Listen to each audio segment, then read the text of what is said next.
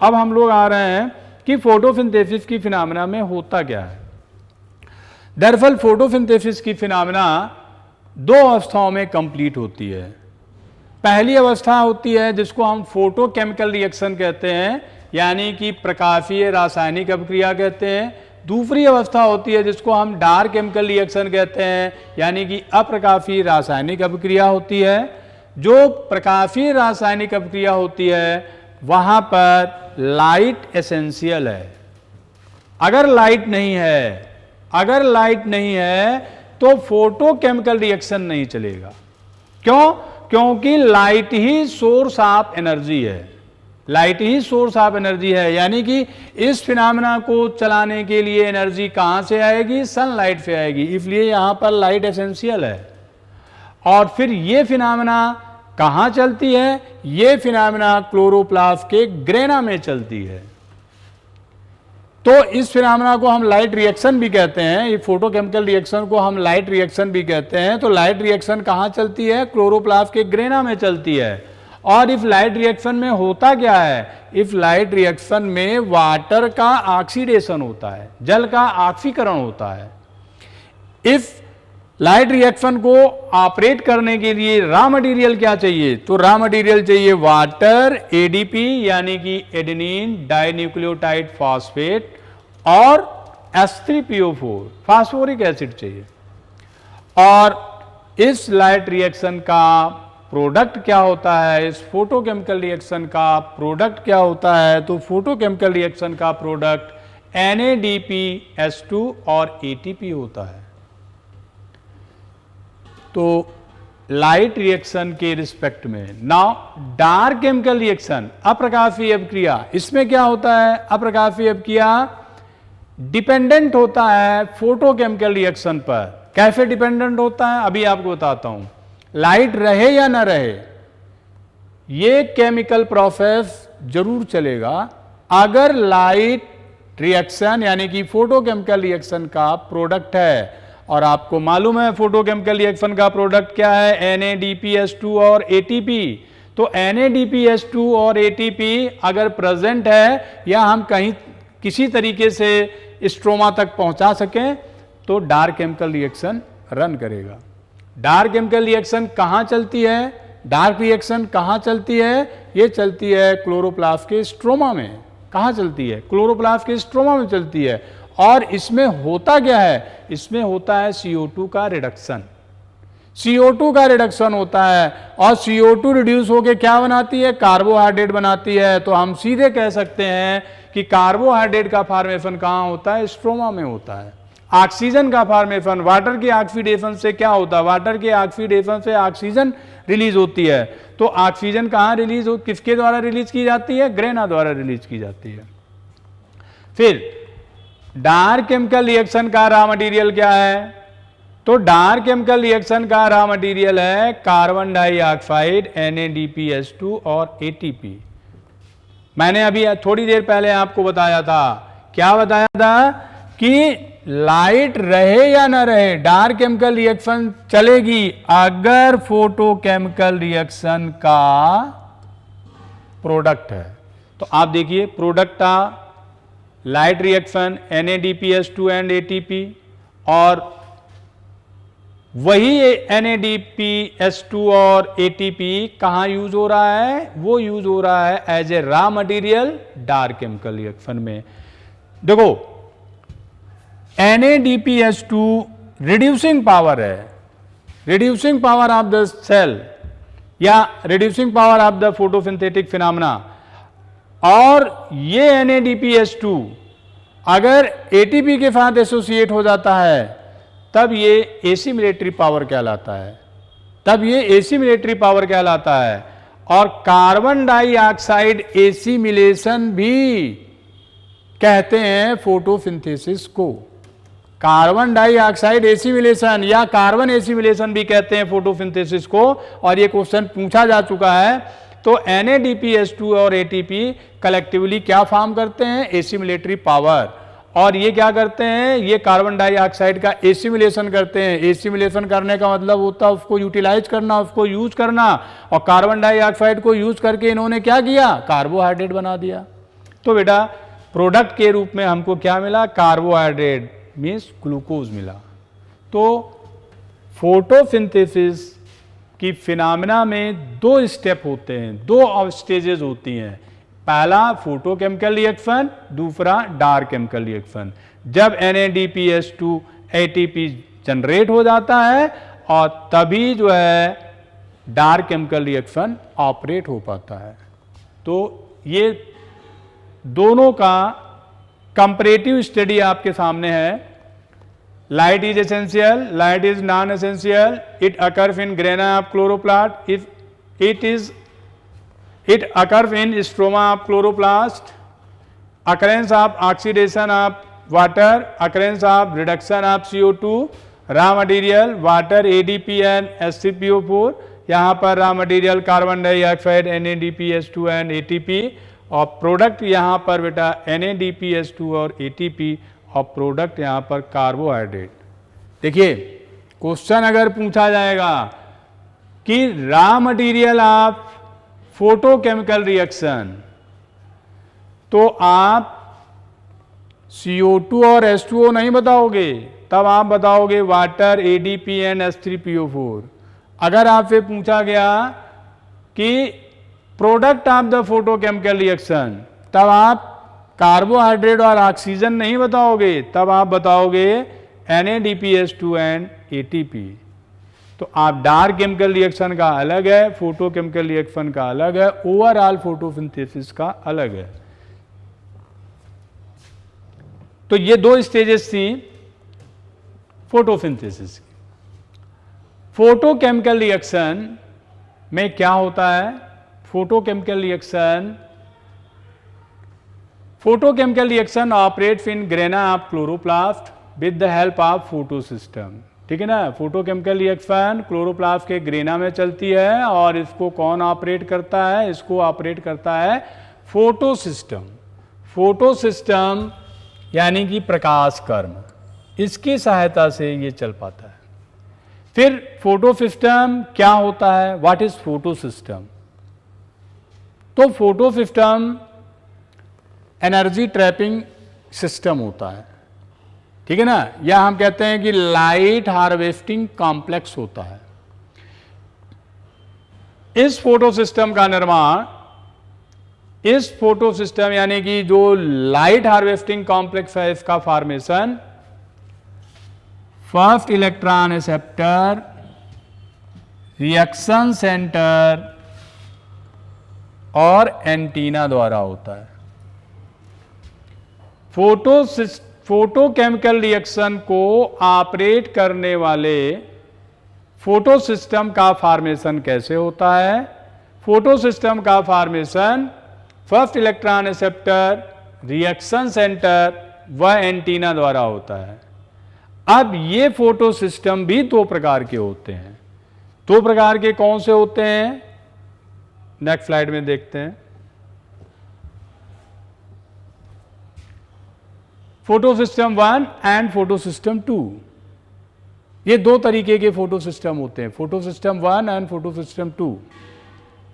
हमने अभी थोड़ी देर पहले बताया फोटोकेमिकल रिएक्शन कहां पर चलती है, ग्रेना में। ग्रेना में कहां, ग्रेना कौन फॉर्म करता है, ग्रेना फॉर्म करता है थैलेक्वाइड। तो थैलेक्वाइड भी डबल मेम्ब्रेनस होती है। थैलेक्वाइड के आउटर मेम्ब्रेन पर फोटो सिस्टम 1 और इनर मेम्ब्रेन पर फोटो सिस्टम 2 पाया जाता है। फोटो सिस्टम 1 और फोटो सिस्टम 2 का जो रिएक्शन सेंटर होता है, तो फोटो सिस्टम 1 का रिएक्शन सेंटर P700, जबकि फोटो सिस्टम 2 का रिएक्शन सेंटर P680 होता है। फोटो सिस्टम 1 का रिएक्शन सेंटर P700 होता है, जबकि फोटो सिस्टम 2 का रिएक्शन सेंटर P680 होता है। फोटो सिस्टम 1 का first electron acceptor ferredoxin reducing substance होता है, जो आयरन और सल्फर का बना होता है, जबकि फोटो सिस्टम 2 का फर्स्ट इलेक्ट्रॉन एक्सेप्टर फियोफाइटिन होता है। क्लोरोफिल बी व कैरोटिनॉइड्स मिलकर एंटीना बनाते हैं, जिसमें भी गड़बड़ है, ठीक है ना। क्लोरोफिल बी व कैरोटिनॉइड्स मिलकर एंटीना बनाते हैं। इस तरीके से एक फोटो सिस्टम का फॉर्मेशन होता है, लेकिन दोनों फोटो सिस्टम के कंपोनेंट अलग अलग हैं। फोटो सिस्टम यहां पर डायग्राम में देखते हैं, देखिए ये फोटो सिस्टम 2 है। Photo system 2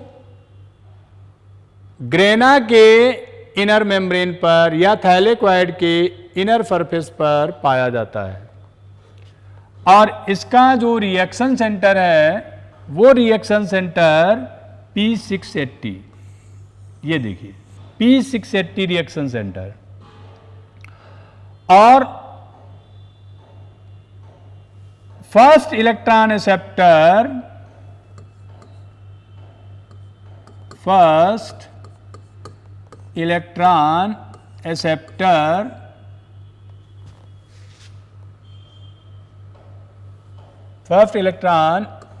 acceptor pheophytin. Pheophytin जो होता है ये फर्स्ट इलेक्ट्रॉन एक्सेप्टर होता है, और यहीं पर एंटीना होते हैं इस रिएक्शन सेंटर के चारों तरफ, जहां पर ये क्लोरोफिल के डिफरेंट मॉलिक्यूल्स कैरोटिनॉइड्स होते हैं, ठीक है ना। इस तरीके से ये सराउंडेड होता है, तो ये एंटीना बनाता है। तो हमने अभी थोड़ी देर पहले आपको यही बताया था कि ये जो फोटो सिस्टम है वहां पर reaction centre, first electron acceptor और एंटीना, ये तीन मिलकर फोटो सिस्टम का फॉर्मेशन करते हैं। तो इतना पार्ट हमारा क्या हो गया, फोटो सिस्टम। इसी तरीके से फोटो सिस्टम 1, इतना पार्ट हमारा फोटो सिस्टम 1 का है। तो फोटो सिस्टम 1 में रिएक्शन सेंटर क्या है, रिएक्शन सेंटर P700, ये रिएक्शन सेंटर है। रिएक्शन सेंटर का मतलब क्या होता है, रिएक्शन सेंटर का मतलब होता है क्लोरोफिल ए का वो मॉलिक्यूल, क्लोरोफिल ए का वो मॉलिक्यूल जो इलेक्ट्रॉन इमिट करता है। इस क्लोरोफिल ए के मॉलिक्यूल यानी कि इस रिएक्शन सेंटर से के साथ बहुत सारे क्लोरोफिल के और कैरोटिनॉइड्स के मॉलिक्यूल एसोसिएटेड होते हैं, बट ये इलेक्ट्रॉन ट्रांसफर करते हैं रिएक्शन सेंटर को, ये इटसेल्फ इलेक्ट्रॉन को इमिट नहीं करते। तो रिएक्शन सेंटर ही इलेक्ट्रॉन को इमिट करता है, और जब ये इलेक्ट्रॉन को इमिट करता है तो इसको फेरिडॉक्सिन रिड्यूसिंग सब्सटेंस जो कि आयरन और सल्फर का बना होता है वो उसको रिसीव करता है। तो ये क्या हो गया, ये हो गया फर्स्ट इलेक्ट्रॉन एक्सेप्टर। यही तीन चीजें मिलकर क्या बनाती हैं, यही तीन चीजें मिलकर फोटो सिस्टम का निर्माण करती हैं। अभी आपने पढ़ा था कि फोटो सिस्टम 1 और फोटो सिस्टम 2, फोटो सिस्टम 1 और photo system 2, photo system 2 inner surface पे पाए जाते हैं, फोटो सिस्टम 1 आउटर सरफेस पे पाए जाते हैं। अब हम होता क्या है, दरअसल जब ये लीव्स पर लाइट पड़ती है, जब पत्तियों पर लाइट पड़ती है तो उस लाइट के जरिए एनर्जी पहुंचती है। एनर्जी कहां तक पहुंचती है, एनर्जी पहुंचती है क्लोरोप्लास्ट तक। क्लोरोप्लास्ट में एनर्जी किसके द्वारा एब्जॉर्ब की जाती है, एनर्जी एब्जॉर्ब की जाती है ग्रेना के थैलेक्वाइड्स द्वारा। ग्रेना के थैलेक्वाइड्स ही क्यों एनर्जी एब्जॉर्ब करते हैं, क्योंकि वहां पर फोटो सिस्टम प्रेजेंट होता है।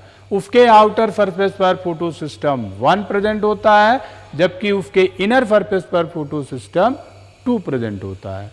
फोटो सिस्टम 1 हायर वेवलेंथ की लाइट्स को एब्जॉर्ब करता है, जबकि फोटो सिस्टम 2 लोअर वेवलेंथ के रेडिएशंस को या लाइट को एब्जॉर्ब करता है। अब दोनों पर लाइट एक साथ पड़ते हैं। डायग्राम की तरफ देखिए, फोटो सिस्टम 1 और फोटो सिस्टम 2 दोनों पर लाइट पड़ रहे हैं। लाइट पड़ती है तो जो उसका रिएक्शन सेंटर होता है उस सोलर एनर्जी को एब्जॉर्ब करके एक्साइटेड स्टेट में आता है। एक्साइटेड स्टेट में आने के बाद वो इलेक्ट्रॉन इमिट करता है। इलेक्ट्रॉन वो फियोफाइटिन द्वारा लिया जाता है जो कि फर्स्ट इलेक्ट्रॉन एक्सेप्टर है। वहां से मूव करता हुआ प्लास्टोक्विनोन, प्लास्टोक्विनोन से मूव करता हुआ साइटोक्रोम B6, फिर cytochrome F, then plastocyanin, then photo system 1 के रिएक्शन सेंटर पर पहुंचता है और फिर यहां से इलेक्ट्रॉन मूव करता हुआ FRS पे पहुंचता है। FRS से फेरिडॉक्सिन पर पहुंचता है और फेरिडॉक्सिन से NADP की तक पहुंचता है और फिर NADP रिडक्टेज एंजाइम की हेल्प से NADPS2 का फॉर्मेशन करता है। ये फिनोमेना चलती रहती है जब तक इस पर सनलाइट पड़ती रहती है। लेकिन क्या होता है जब बहुत लंबे समय तक सनलाइट पड़ती है तो रिएक्शन सेंटर के आउटर शेल से इलेक्ट्रॉन निकलने के बाद फर्दर जो है इलेक्ट्रॉन निकल नहीं पाते हैं और उस इलेक्ट्रॉन की कमी को पूरा करने के लिए फोटो सिस्टम 2 के पास वाटर स्प्लिटिंग कॉम्प्लेक्स होता है। वाटर स्प्लिटिंग कॉम्प्लेक्स होता है। वाटर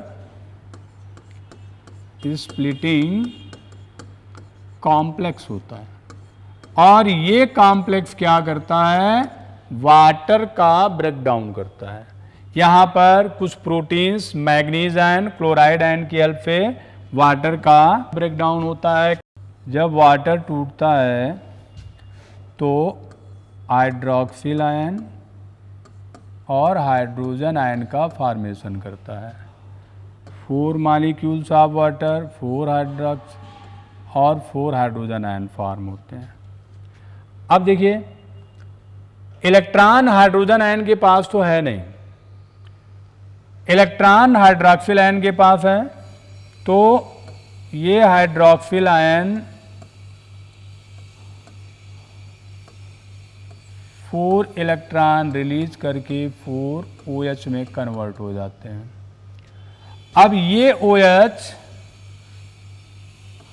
रिफॉर्म होके वाटर और ऑक्सीजन का फॉर्मेशन करते हैं। ऑक्सीजन एटमॉस्फेयर में मूव कर जाती है, जबकि ये जो इलेक्ट्रॉन है, ये इलेक्ट्रॉन रिएक्शन सेंटर के पास ट्रांसफर कर दिए जाते हैं। ये जो इलेक्ट्रॉन है, ये electron reaction centre photo system 2 के रिएक्शन सेंटर P680 पर ट्रांसफर कर दिए जाते हैं। P680 इस तरह से इलेक्ट्रॉन की कमी को पूरा करता है। वाटर के ब्रेकडाउन से इलेक्ट्रॉन अवेलेबल होता है और प्रोसेस चलती रहती है। NADP रिडक्टेज इस हाइड्रोजन आयन का यूज करके NADPS2 बनाता रहता है। तो इस तरीके से फोटो सिस्टम 1 और फोटो सिस्टम 2 दोनों ही जब एक साथ काम करते हैं तो NADP2H का फॉर्मेशन होता है और साथ में ATP भी जनरेट होती है। ATP कब जनरेट हो रही है? ATP जनरेट हो रही है जब साइटोक्रोम B6 से इलेक्ट्रॉन साइटोक्रोम F में आता है, तब ADP से ATP का फॉर्मेशन होता है। सनलाइट की प्रेजेंस में क्लोरोप्लास्ट के अंदर ATP के निर्माण की क्रिया को फोटोफॉस्फोराइलेशन कहते हैं। तो जब इलेक्ट्रॉन फोटो सिस्टम 2 से निकलकर NADP के पास जाता है, तब ये नॉन साइक्लिक फोटोफॉस्फोराइलेशन कहलाता है। लेकिन जब NADP रिडक्टेज इलेक्ट्रॉन को रिसीव नहीं करता है, तो इलेक्ट्रॉन FD यानी फेरिडॉक्सिन से मूव करके फिर से साइटोक्रोम B6 पर आता है। तब ये साइक्लिक फिनोमेना होती है, क्योंकि फेरिडॉक्सिन से इलेक्ट्रॉन मूव करता है, फिर से साइटोक्रोम B6 में, साइटोक्रोम F में, प्लास्टोसाइनिन, देन फिर से P700। तो इलेक्ट्रॉन P700 से निकला, फेरिडॉक्सिन रिड्यूसिंग सब्सटेंस पर गया, फिर फेरिडॉक्सिन पर गया। अगर NADP रिडक्टेज इलेक्ट्रॉन रिसीव नहीं करता है तो क्या होगा कि ये फेरिडॉक्सिन से इलेक्ट्रॉन फिर से बैक होता है और वो साइटोक्रोम B6 में जाकर पहुंचता है। साइटोक्रोम B6 से F में, फिर वहां से प्लास्टोसाइनिन में, प्लास्टोसाइनिन से P700। तो ये फिर साइक्लिक फिनोमेना हो जाती है।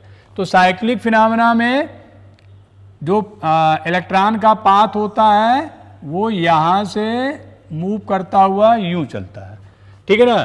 तो ये साइक्लिक फिनोमेना है। और जब फोटो सिस्टम 2 से निकला हुआ इलेक्ट्रॉन पूरा मूव करता हुआ NADP तक पहुंचता है, तब ये नॉन साइक्लिक फिनोमेना होती है।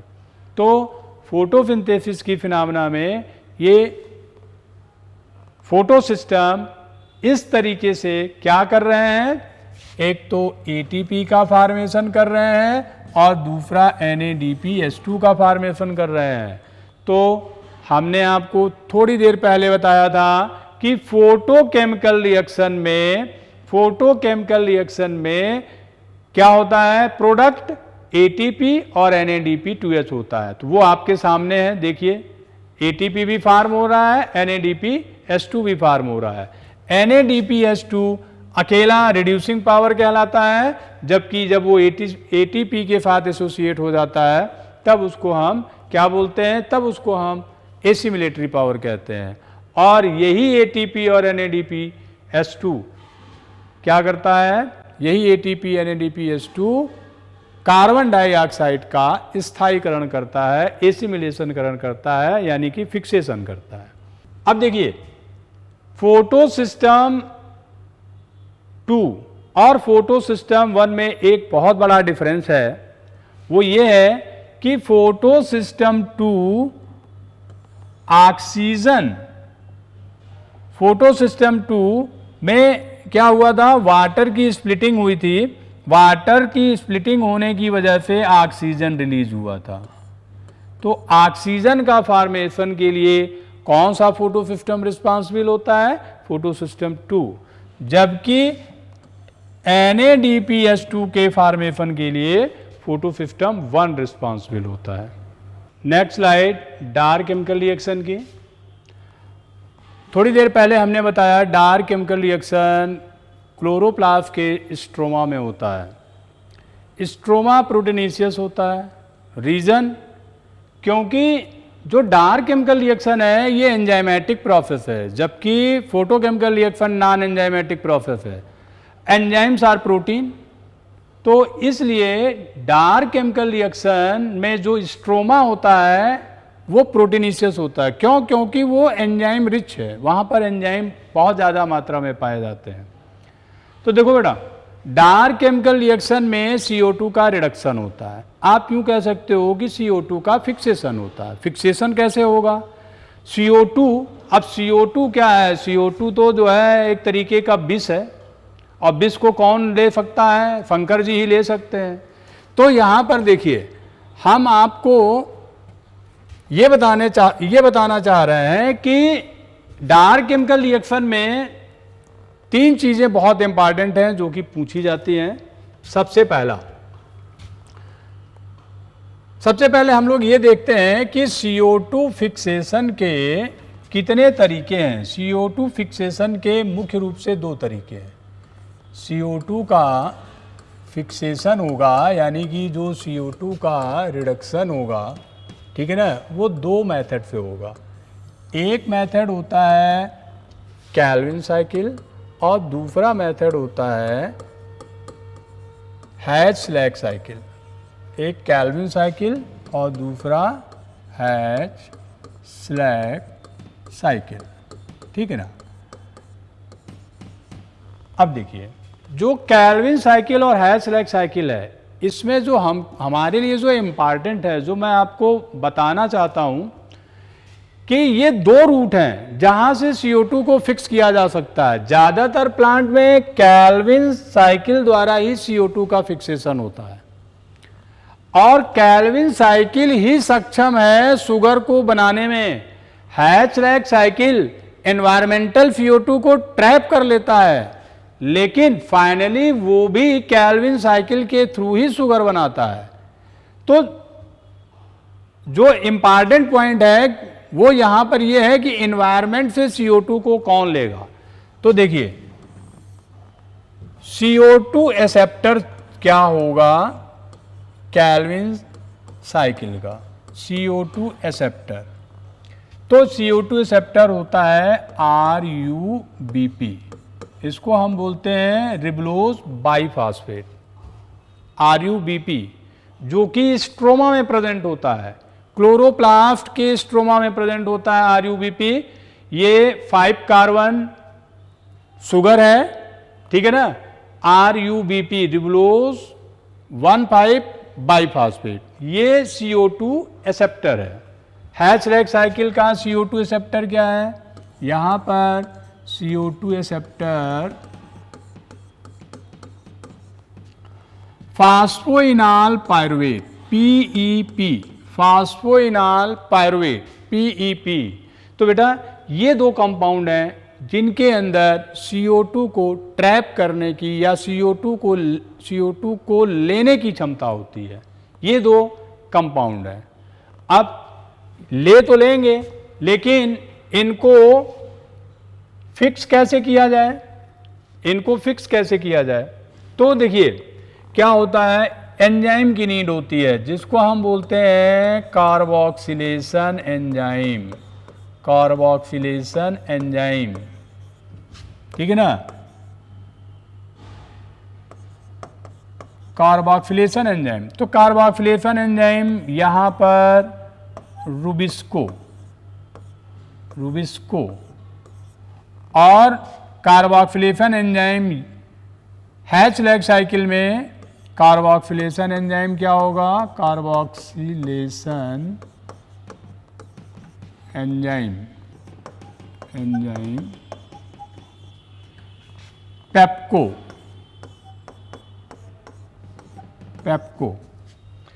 Rubisco ribulose 1,5 biphosphate carboxylase oxygenase, जबकि पेप्को फास्फोइनाल पायरुवेट कार्बोक्सिलेज।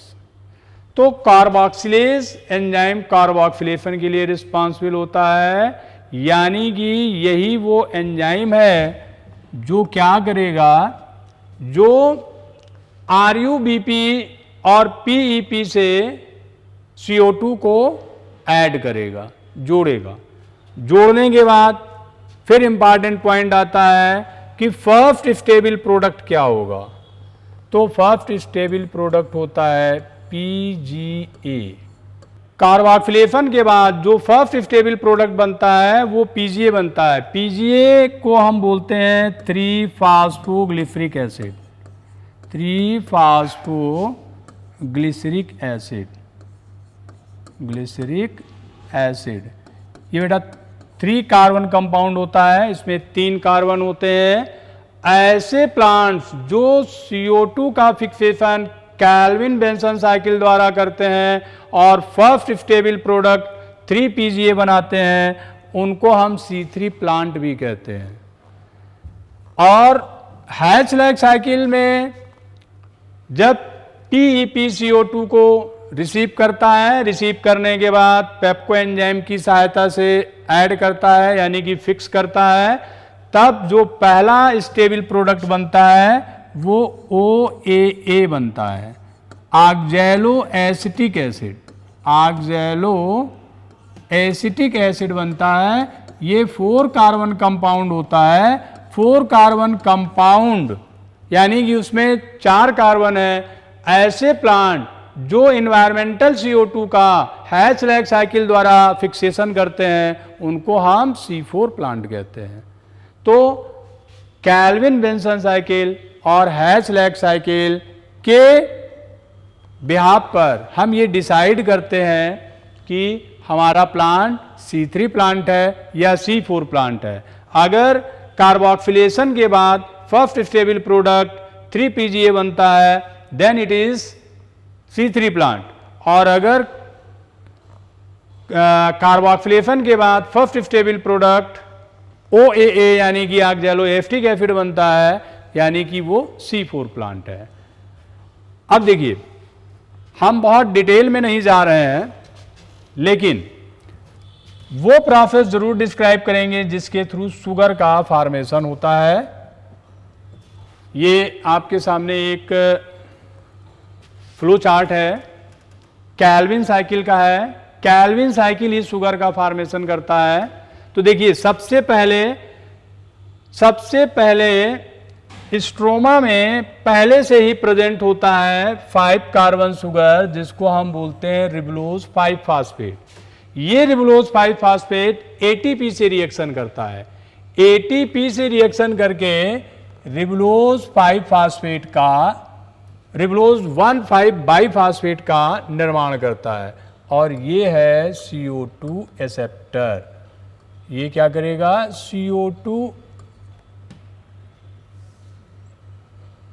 ये है CO2 एक्सेप्टर, यानी कि ये CO2 को रिसीव करेगा।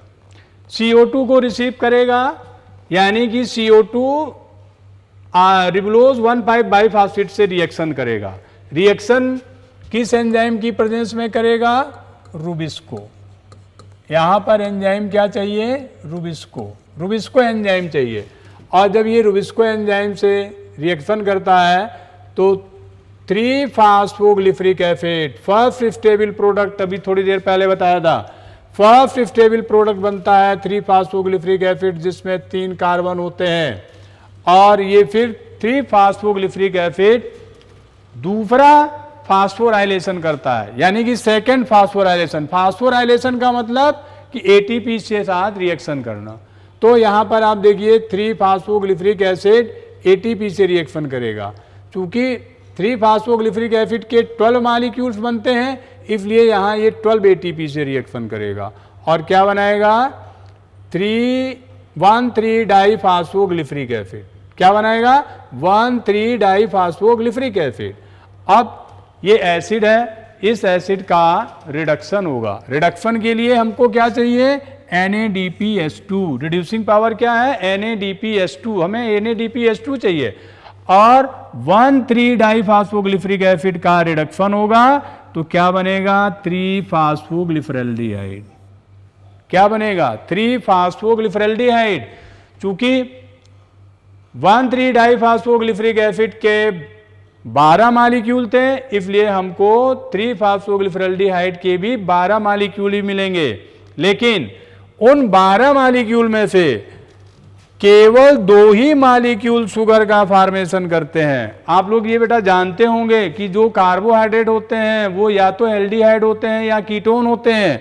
तो ये देखो ग्लिसरल्डिहाइड, यानी कि ये भी एल्डिहाइड है। इसके 2 मॉलिक्यूल क्या करेंगे? एक लंबी सी चैन रिएक्शन होती है जिसके जरिए ये कार्बोहाइड्रेट का निर्माण करते हैं, जबकि बाकी के बचे जो 10 मॉलिक्यूल्स हैं, जो 10 मॉलिक्यूल्स हैं 3-फास्फोग्लिसरल्डिहाइड के, वो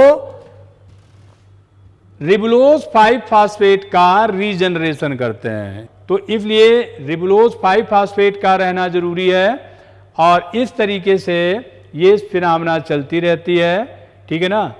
और शुगर का फॉर्मेशन होता रहता है, कार्बोहाइड्रेट का फॉर्मेशन होता रहता है। तो आशा करता हूं आप लोगों को ये टॉपिक समझ में आया होगा। धन्यवाद। देखते रहिए, सब्सक्राइब करिए, लाइक करिए, शेयर करिए। और हम नए नए वीडियो आप लोगों के लिए लेकर आते रहेंगे। धन्यवाद।